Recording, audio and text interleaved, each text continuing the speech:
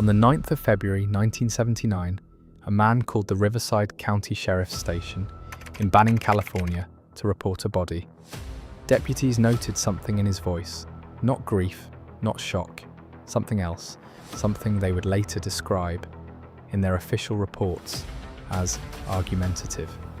He told them he had found a body on the side of Highway 243. He said he didn't know if it was a man or a woman. 5 days later, that man sat across from investigators and passed a polygraph test. He was cleared of all suspicion, and for the next 45 years, he lived a normal life, married, a veteran, a neighbour, while the family of Esther Gonzalez had no answers. What investigators didn't know in 1979 was that the man who found her was the man who put her there.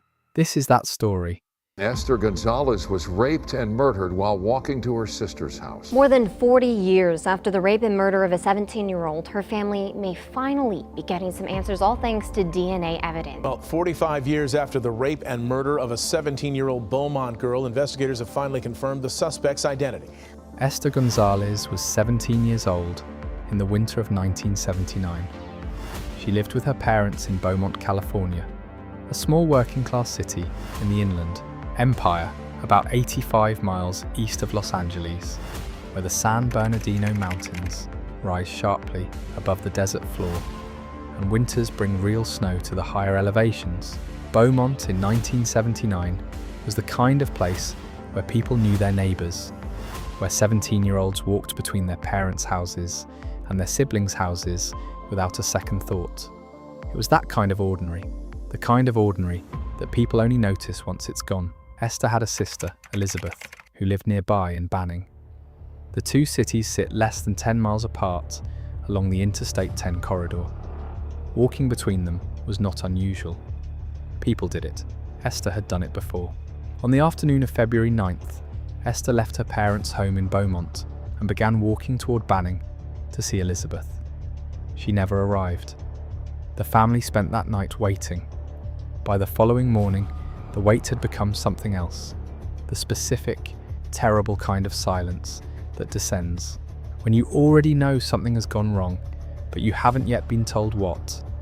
The last confirmed moment of Esther Gonzalez's life, walking alone along a California highway on a February afternoon, would take 45 years to fully explain.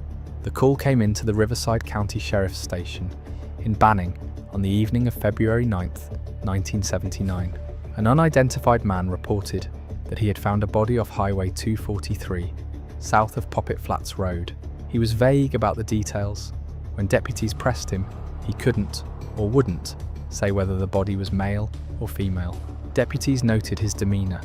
The word they would use in their reports was argumentative. Not distressed, not cooperative, argumentative. Esther's body was recovered the following day, February 10th, in a snowpack off Highway 243, south of Poppet Flats Road. The forensic examination that followed confirmed that a violent crime had been committed against her. She was 17 years old. She had been walking to her sister's house.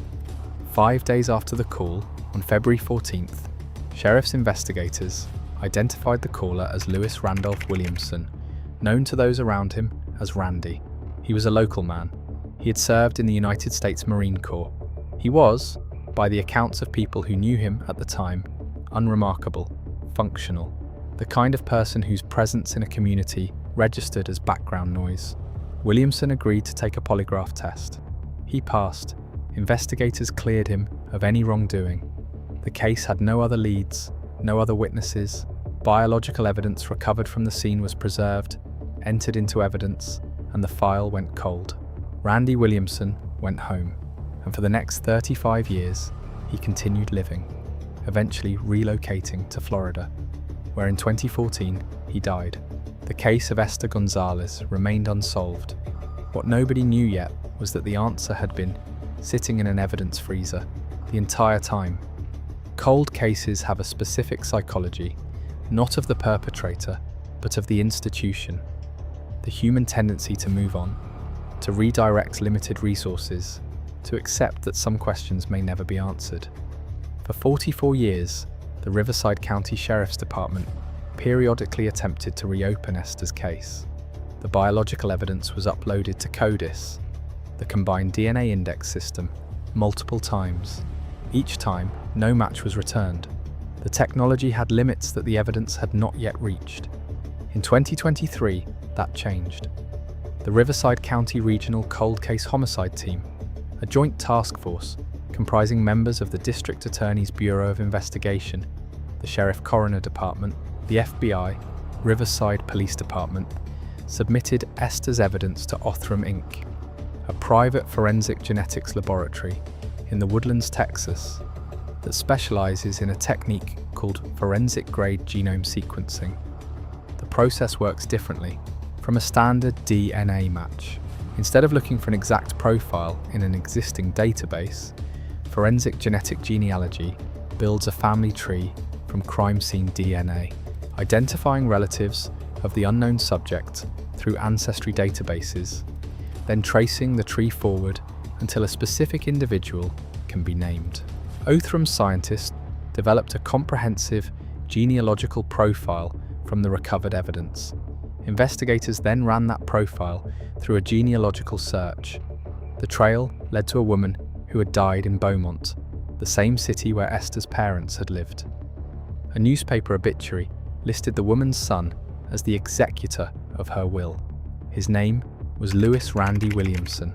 Master investigator Jason Corey of the Riverside County Sheriff's Office described the moment his colleague made the connection. She called him immediately and said simply that this could be a person of interest. What she did not yet know, what neither of them knew in that first moment, was that Williamson was not just a person of interest. He was the same man who had called in the body 44 years earlier, the same man who had passed the polygraph, the same man investigators had cleared and never looked at again. A blood sample had been collected from Williamson's body during his autopsy in Florida in 2014. With the assistance of the Broward County Sheriff's Office, that sample was retrieved and submitted to the California Department of Justice.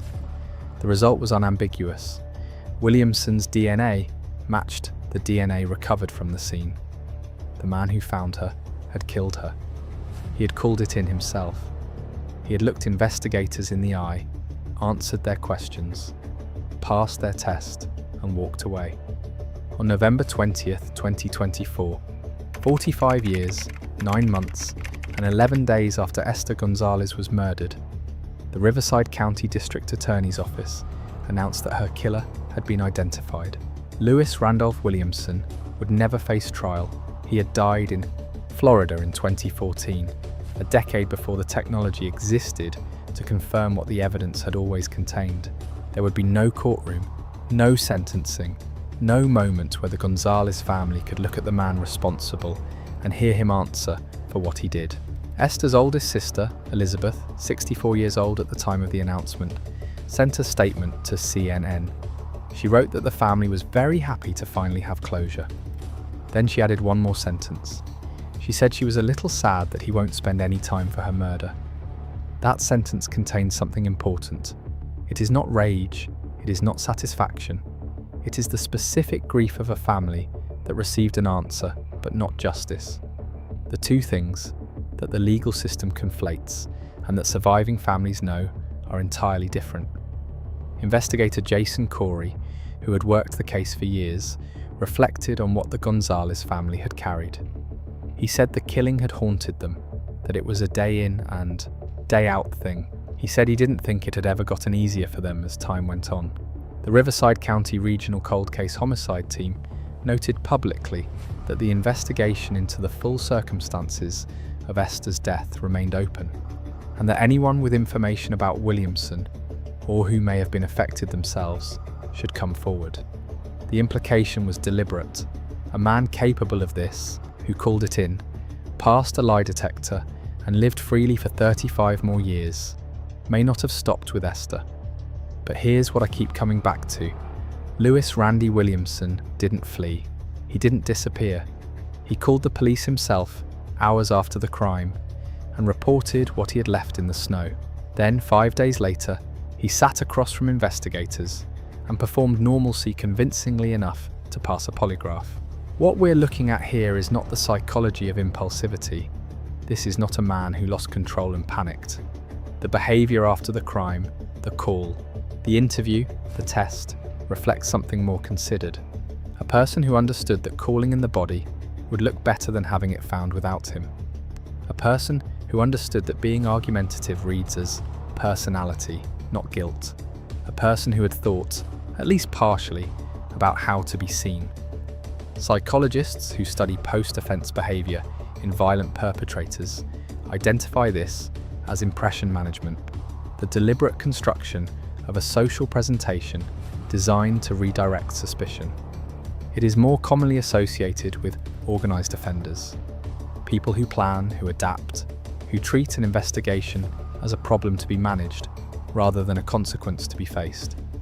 The polygraph, which measures physiological arousal, not deception, can be defeated by someone who has sufficiently dissociated their emotional response from their actions.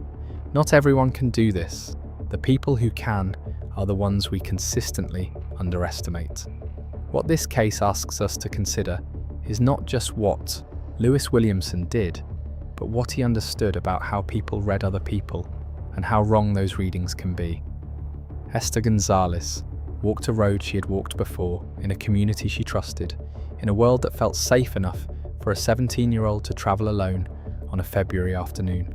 The man who killed her understood that safety is mostly a perception, and he used that understanding to walk free for the rest of his life. Esther never made it to her sister's house.